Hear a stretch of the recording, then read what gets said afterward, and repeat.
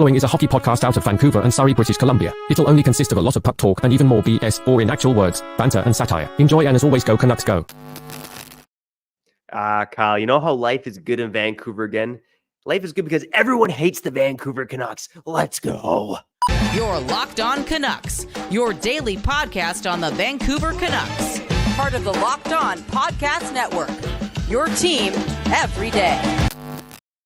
A happy Friday and welcome to another episode of Locked On Canucks. My name is Trevor Beggs, co-host of Locked On Canucks and also a Canucks writer since 2013, currently with Daily Hive Vancouver. Before we dive into today's episode, we got to thank you for tuning in to Locked On Canucks because it is your Canucks every damn day. If you haven't done so already and you want to help Kyle and I take our girls to Cactus Club, once a month, make sure you go subscribe or follow us wherever you listen to podcasts.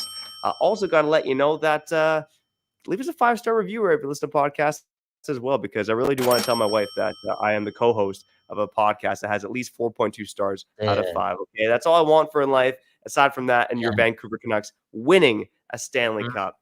Speaking about your Vancouver Canucks winning a Stanley Cup, there's a lot of doubters outside of this market. I know there's some doubters in this market, but a lot of doubters outside of this market. So to kick off this episode, we want to talk about how the Canucks are being disrespected by odds makers, by so-called pundits. Because again, this is a team with one of the best records in the NHL who has a cup odds outside the top 10? Are you kidding me? Do the Canucks deserve that disrespect based on how they played recently, or all the pundits out to lunch? We're also going to talk about the best and worst Canucks stories so far this season. And we're also going to talk about a huge moment that happened 6 years ago today. One of the few times that Kyle Bowen has cried in his life. Speaking of Kyle Bowen, again, doesn't cry very often, except when I twist his nipples. But Kyle Bowen, how you doing, brother? Hey, man. Speaking of twisting nipples, man, look at this comment from Deanders, okay? Hello again, boys. Not used to seeing you both sober after last week, okay? Last week was a journey. Last week, the Blarney Stone, it treated us well. Man, oh, man, what a time. But here we are now, man. And you know what, Trevor? You bring up how, again, maybe our recent play has allowed odds makers to, again, ignore us in the top 10 when it comes to the favorites to win the Stanley Cup. But keep in mind, when the Canucks were rolling, there were some odds makers out there that still had the Canucks outside the top 10 in their cup favorite odds. Okay, it is what it is. Odds are, in their eyes, the Canucks aren't getting close to the Stanley Cup. And, I think when you're in the business of assumption with $2 signs instead of 2 S's, you gotta look at quote unquote the facts or the history. And the Canucks, rightfully so, yeah, they've been good for the most part, but again, that lack of experience is really confusing people who make predictions on the playoffs. And to be honest, it's kind of confusing us to a point where a lot of us, and I saw some of this testament on Twitter too, right? Twitter's a dark place. I think you replied to something as well, right? Even Canucks fans who have watched the first place team pretty much be first place ever since November are praying that we don't get the Vegas Golden Knights. You know what I'm saying?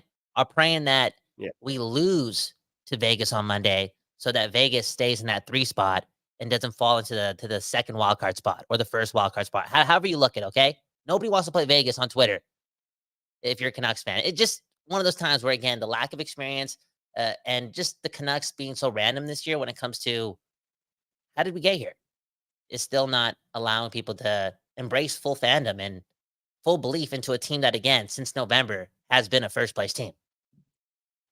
Look, there's 2 sides to every story, Kyle. And, the one side of it as a Canucks fan is that this team, again, has been bad for a long time. They haven't had a lot of the playoff experience. They haven't had playoff experience in almost a decade if you don't count the 2020 playoffs. The other side is this team has performed like one of the best teams in the NHL. And, I'm going to call out a couple outlets here, but, USA Today did a power rankings recently of Cup favorites. They had the Canucks 11th. Behind, guess what? The Nashville Predators. That blew my mind. The writer there trying to make the argument that the Nashville Predators could be this year's Florida Panthers. I personally don't see it, but to say that the Predators are better than the Canucks to me was ludicrous. Our friends over at FanDuel, we love them. Okay, they're trying to make you some money, but they have the Canucks with the 11th best cup odds right now as well. You go over to the Athletic, and the Canucks I think are tied for the 9th best cup odds. So I mean, again, for a team that's been having one of the best records so far in the NHL this season, there's a lot of doubt. And, part of that is the lack of experience. That has to be baked into it. It is. And Kyle, do you think part of the disrespect as well is the record of late over the past month? Of course, man. What an obvious question, man. Come on, man. I'm not a hockey player after a game when you ask them like, oh, what do you guys got to do to rebound from the dude? Of course, man. Of course, it's because of recent history. Okay, that recency bias is in us as human beings. Okay, but at the same time, again, one of the biggest facts and one of the biggest telling stories of this season is the fact that we're not like the Nashville Predators. We just didn't get hot over the last 30 games. You know what I'm saying? Like the Canucks have been at the top of the standings for so long.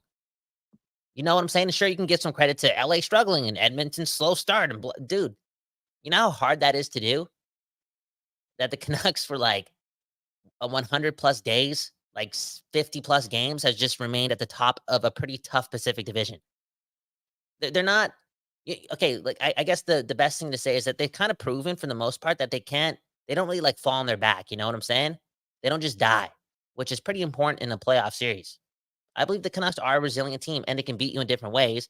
And even, yes, in recent history, our offense, right? It's struggling. It's so boring. It's making the Canucks unsexy. Okay. A big reason why we're not favorites is because of the offense. Even if that doesn't wake up until late April, we could still win in the first round based on Noah Juulsen and Thatcher Demko. Noah Juulsen and Thatcher Demko. We will talk a bit about Noah Juulsen on the other side, but I do want to talk to. Oh, sorry. You're cutting out a bit. Can I say something, though? Are you disrespecting Nashville a bit too much? Because for quite some time, I feel like UC Soros has been well known, right? Like Thatcher Demko, UC Soros, like, throw away the West Coast bias. I'm talking about just the swagger, the noise.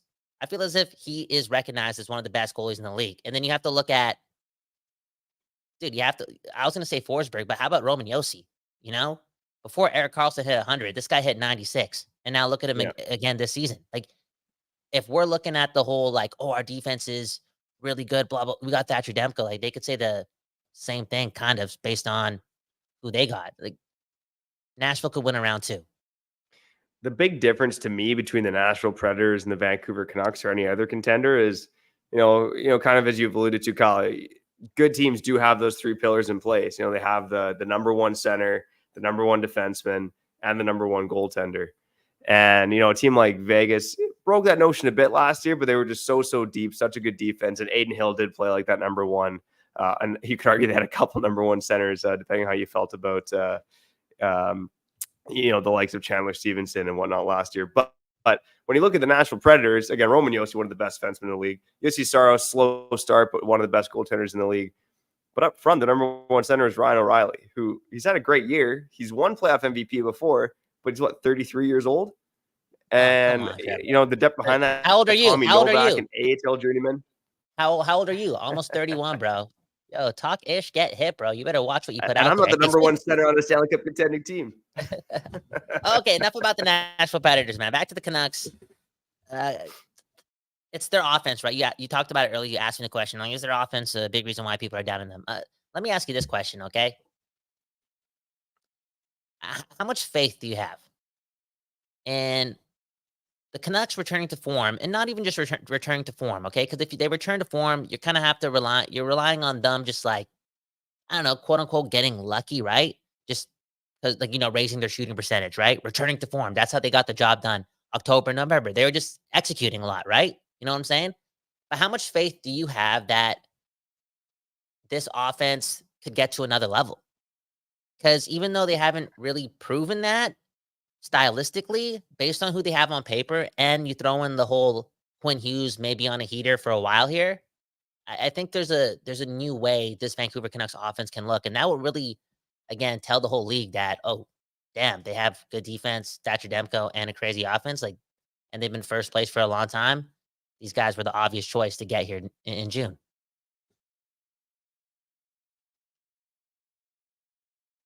Yeah, when I look at the offense right now, I got a lot of faith. If you're going to rank my faith, maybe based on a scale of 1 to 10, I'm putting it at least an 8, because I do think Elias Pettersson is going to deliver come playoff time. And I do think there's a lot of doubt about that in this market right now, but I do think he's going to deliver. I look at the bottom 6 and, maybe they're not as hot as they were earlier on in the season, but they shouldn't be as cold as they are right now. So even if a couple of those guys step up come playoff time, the Canucks are going to be all right. I would be more concerned if the defense was bleeding chances right now.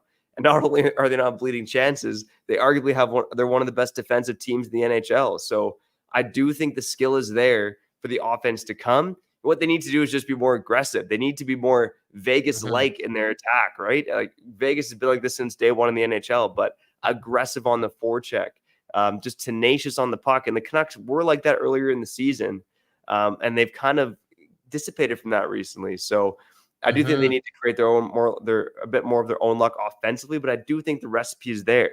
And again, I hate this loser mentality. I do think that I know, the fact that the Canucks have, only beat bad teams and been beat by good teams recently has fans maybe a bit scared, like let's not play Vegas. And I don't want to call it the whole fan base. I know Tosh had the tweet about like, it's a must-lose game against Vegas on Monday. Shut up. Yeah. That's such BS, man. I've said on this energy. show, and I'll say it again, I want to see the Canucks play Vegas in round one. Not only do I think it's the best story, I think they can beat Vegas. And I think it'd be a hell of a series. And again, sports is about creating memories. And I do think that's a series the Canucks have an upper hand on. So again, enough with the loser mentality. Again, there's a lot of good teams in the NHL. But for those who are disrespecting the Canucks and their cup odds, the Canucks are right up there with the contenders right now. Thank you, bro. Thank you, man. That's why they call you Jesus on this program, man. And they call me Krishna. Why you laughing, dude? Why you laughing? Okay, look at this. Okay, Callum Sandu said manifested, okay? If the Canucks are winning the cup, repeat it in your head or out loud, like Hare Krishna, okay? Like a Hindu I think I said that right, like Hare Krishna. Say it out, man. The Canucks are winning the cup. Why not? Again, this team has a lot of talent. I know they can play a lot better, but remember, they've been first place for a while. They've held it down. And for a long period of time, they haven't had Thatcher Demko. There's still another level for this team to, I don't know, play like a favorite, be a favorite, get to June, and just believe that it's there. Don't be scared like Trevor said. Okay, don't go on Twitter, man. Twitter's a dark place. Why would you ever, like, I get optically or like the data or just, I don't know, as a scheme, you kind of like try to roadmap the easiest way to get to the cup final. Dude, first of all, we've never been champions before. So don't ever, like, as a fan, don't think that like you know how to get there. Okay, for real. It's just the truth. And B, as a fan, how do you put that out in the universe, that loser mentality, when the team that you cheer for, again, has been first for so long? Like, if you look back at your years as a sports fan, that is so backward. Like, you would never tell yourself that. Oh, I'm cheering for my team's really good. They've been good all year. Yet I want them to lose, or I want them to, that's so weird to me. That's strange. Yeah. And you know what that is? That's not having a championship mentality, AKA bring on whoever. That's how we should feel. Straight up. And that's why, on the other side, we're going to talk about the best and worst stories of the Canucks this season. I think I want to focus on the best more than the worst, because it's been a damn good season in Vancouver, and there is more good than bad. Okay, let's go. We're going to keep it up on the other side here. Locked On Canucks, your Canucks every day. We'll be back after we shout out our friends over at Robinhood. All right. Did you know that even if you have a 401k for retirement, you can still have an IRA? Robinhood has the only IRA that gives you a 3% boost on every dollar you contribute when you subscribe to Robinhood Gold. But get this, now through April 30th, Robinhood is even boosting every single dollar you transfer in from other retirement accounts with a 3% match. That's right, no cap on the 3% match. Robinhood Gold gets you the most for your retirement thanks to their IRA with a 3% match. This offer is good through April 30th. Get started at robinhood.com/boost. Subscription fees apply. And now for some legal info. Claim is of Q1 2024 validated by Radius Global Market Research. Investing involves risk including loss. Limitations apply to IRAs and 401ks. 3% match requires Robinhood Gold for 1 year from the date of the first 3% match. Must keep Robinhood IRA for 5 years. The 3% matching on transfers is subject to specific terms and conditions. Robinhood IRA is available to you as customers in good standing. Robinhood Financial LLC member SIPC is a registered broker dealer.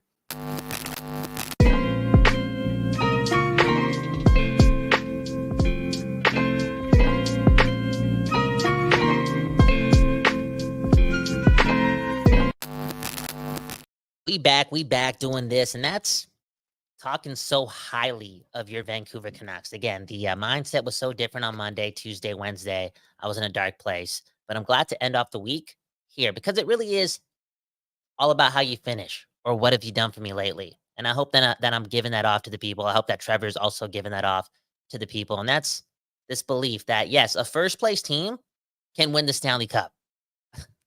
It's not rocket science, bro. And again, we've never been there before, so don't try to predict how to get there the easy way. How about just have faith in the dudes who are doing it with your jersey on? You know what I'm saying?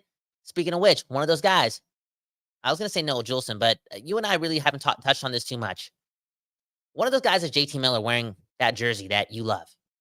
The same dude who's a 100-point player, right? He's going to get there. The most consistent player game in and game out for your Vancouver Canucks. That dude drops the gloves to defend Elias Pettersson. And I feel as if that hasn't really been talked a lot about lately. And Yeah. maybe because we're all still drooling over the Rangers and the Devils and that brouhaha. But come on, JT Miller doing that, risking injury, doing the most just to send a message to, the league, but also like the boys in that dressing room. Like, yo, this is what it's going to take. Like, we got to band together. And that was a beautiful thing. Again, if guys like that, like JT Miller, are representing your team who happens to be first place, I'm sorry, man. I'm not putting anything else in the universe other than let's win the Stanley Cup. Yeah, when we talk about the best stories on the Canucks this season, I do think the evolution of JT Miller has to be one of the best stories about this team. I mean, not to say this guy was going to fall off a cliff or anything, but, he's 30, now 31 years old, just turned 31. Happy belated JT. And he just keeps getting better and better and better. JT Miller was not supposed to be going against Quinn Hughes for MVP of this hockey team, right? And I know some pundits and some of the best ones, Durant Patterson, saying it's easily Quinn Hughes. It's not. It's not. JT Miller is right up there with Quinn Hughes with the MVP of this hockey team this year. And I think Demko has an argument as well. But JT Miller, again, for his evolution from being a second line winger on a good Tampa Bay team to being a bona fide first line shutdown center who can put up 100 points. Are you kidding me? JT Miller's evolution is one of the best stories on the Vancouver Canucks. And he keeps bringing it. And like you said, Kyle, he brings the physicality too. I think there was one stat I pulled up. Don't have it in front of me. But if he hits 100 points, I believe he would become the first Canuck to potentially have 100 points and 200 hits in the same season. And that's unreal stuff. Dude, that's like, screw comparing that to Canucks players in the past. Like, that's just a dope stat to have amongst all your peers in the league and league history. And again, just the motor that he has and the belief he has in that team, and also the belief that he has going when it comes to understanding as a leader of the team. He needs to be the example of, again, showing these guys who are not as experienced to get their ish together. And this is it. It's going to be a war from this point on. And remember, people across the league, does anyone have more of a fire under him? Okay. Based on personality, the doubt, the skill, right? And also the fact that as soon as JT Miller left Tampa Bay, dude, look what Tampa Bay did. So as a competitor like JT Miller is, I can only imagine how much that has been eating him up straight up. And hopefully he uses that as motivation to, again, throw the Canucks over the top. Who knows what's going to happen in the playoffs? But yes, this team would have to do something magical. And I don't know, like it's not an idiotic thing to say that JT Miller could be one of the most powerful magicians in the league come spring. Yeah, I completely believe that. And again, when I think about individual stories on the Canucks, the JT Miller one is up there. But part of the reason I even wanted to run this segment is because of Noah Juleson. So for those of you who missed it, Noah Juleson was the Canucks and nominee for the Bill Masterton Trophy. It's more or less the Comeback Player of the Year award if in terms of the NFL equivalent. But Noah Juleson, again, 27 years old now, former first-round pick, suffered some brutal injuries. He took a puck to the jaw at one point, had concussions as well, and just bounced around. And Kyle, even you and I were ripping him. We were ripping him on this show about 5 months ago because he came up to the NHL and he sucked, okay? He was not good. He looked out of place.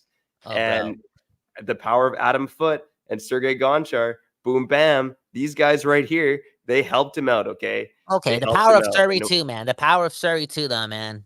You're a warrior when you're in Surrey, and maybe something like hit him in the head. You know what I'm saying? Straight up, straight to the dome, for real. Maybe you just hit him that. I played for the Canucks. I was born in Surrey, raised in Abbotsford. This is the moment. I got to get my ish together. Because again, he was really, really bad. again, I wanted to move away from Surrey because I don't want to be disassociated. I want to disassociate myself from Surrey because how bad Wilson was playing. Okay, I was emotional, traumatic, and what did he do? Stuck it up the rear end, man. Straight up did. And I can't believe I'm saying this, but there's a chance that he's gonna play game one, round one. They're Yeah. gonna play with the best players, you know? The whoever's playing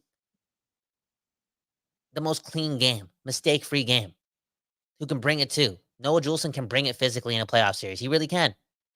I can't believe I'm saying that. And B, we're lucky to have him. We really are, because these games matter. And right now, Ian Cole, he's taken a while to restart. And we kind of need a guy outside of Zadorov and Myers being pretty damn reliable. You know what I'm saying? Like, that guy needs to be above those two guys on the depth chart for this puzzle to work. Yeah, and again, Noah Juleson, he's absolutely earned the opportunity. I think he's arguably one of the best penalty killing defensemen on this team. He's one of the most physical players on this team. He's had some absolute bangers of hits out there. And look, he's not a perfect player, but from where he was in October and November to where he is now is unbelievable. And I know Dollywall had some good reporting on this within the last day or so.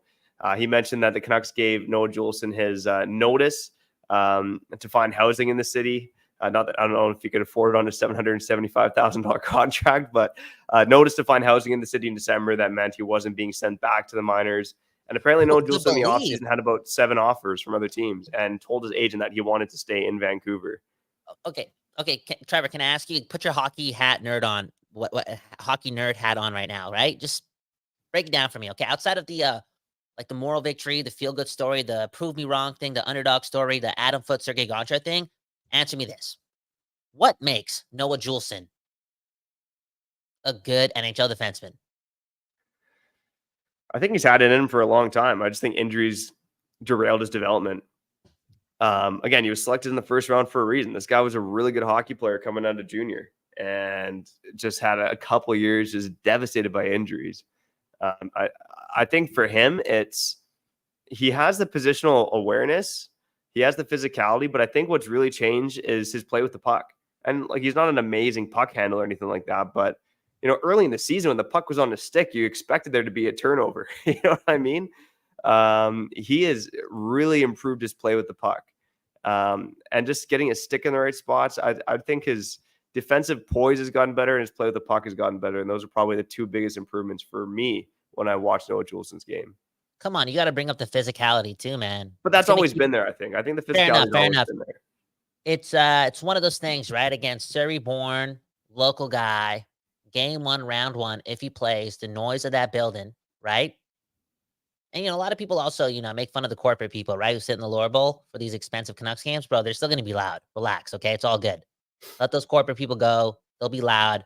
You know, they'll catch on to the trend. Anyways, Noah Juleson's going to hear this. He really is. And it's going to fuel him up. And I could see him make one of the first big plays of this return to the playoffs. And speaking of which, 2 weeks, man. 2 weeks, 15 days. It could be 16 days, right? The Canucks could open up theoretically on April 21st in Vancouver. But come on, if the NHL knows what they're doing, which sometimes they don't know what they're doing, they got to open up the playoffs and bring the playoffs back to Vancouver on 4/20. They got to do it. Got to hotbox Rogers Arena. You know what I'm saying? You and I will be starting it, man. That's for sure. Kyle, I think we could talk about the best and worst stories of the Canucks for the next 3 hours, but let me rip off a few of the best and worst that are on my mind, and you can tell me which one you want to touch on before we get to the third segment. You know, I think in terms of some of the other best stories, Quinn Hughes winning the first Norris in franchise history is up there. You know, the resurgence of Tyler Myers, or just this team fixing the defense, is up there. The fact that they have one of the best defenses in the NHL is up there.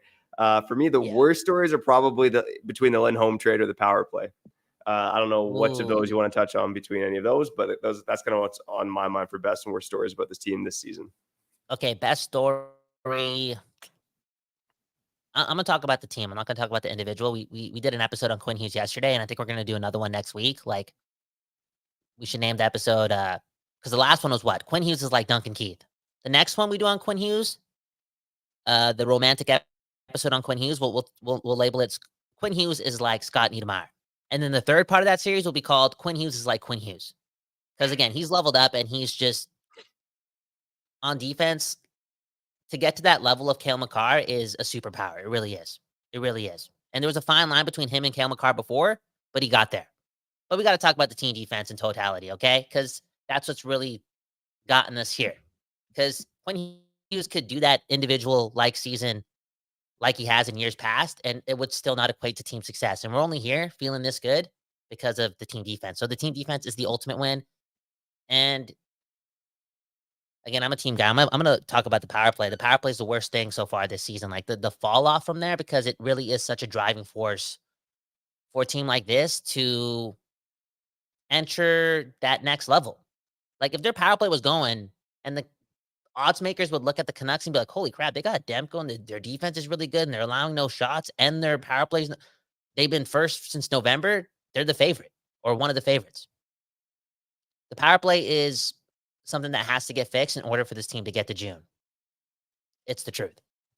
Yeah, and maybe there's been some signs of it going in the right direction recently. I've actually kind of liked what Garland's brought to the power play over the last couple of games.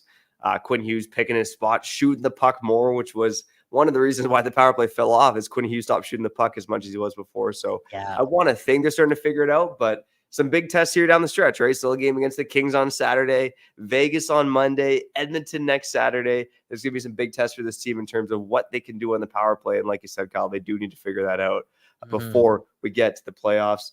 Speaking of the power play, two of the best of all time in Canucks history on the power play. We got to talk about them on the other side, because that magical night was 6 years ago today, and Kyle Bowen, that might have been the last time he cried. Except for that one time I twisted your nipples really hard. More on that on the other side. Did I cry after? Well, we'll talk about it on the other side, man. On the other side. All right. Before we get to wrap up the show here, Locked On Canucks, your Canucks every day. We got to shout out our friends over at eBay Motors. Passion, drive, and patience. That's the formula for winning championships. And it's also what keeps your ride or die alive.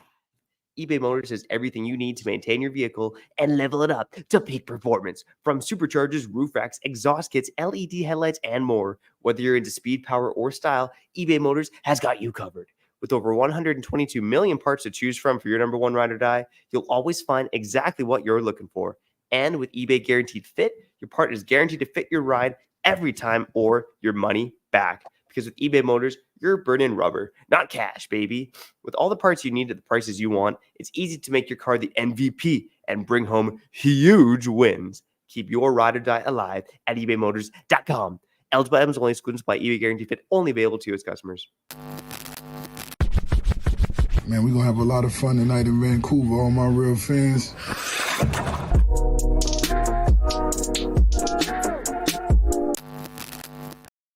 People, we doing this on this Friday. This Friday, man. Talking about your Vancouver Canucks and landing on positivity after a roller coaster-like week. A week that I kind of want to apologize for, right? I do. I wasn't really being myself because, again, I'm dealing with trauma. Like, would I ever go to therapy to discuss my relationship with the Green Bay Packers and the Vancouver Canucks so I can be a functional adult when, teams lose? Those teams lose? Maybe, because you know me, Trevor. I'm not myself when I guess what I gotta say is I'm a sore loser. I was gonna say I'm a sore Hindu, but I'm a sore loser. Hey, well, you have suffered a lot of trauma in your sports fandom, but that's what we're doing this year on Locked On Canucks. I mean, whether the times are good or the times are bad, we gotta be raw and honest with the people. And honest with the people right now. I was not at the Sedin's last game, but you were, man. And why don't you tell me about what you remember most from that game, or what you will remember most from that game? I'm not going to answer that, okay? We only got a couple minutes left, and everyone knows what I was feeling, what I saw, what that moment meant, okay? The best thing about that night was I got those tickets for like $30 because... What? Back in like 30 or $40, literally in between that. Because back in, 6 years ago?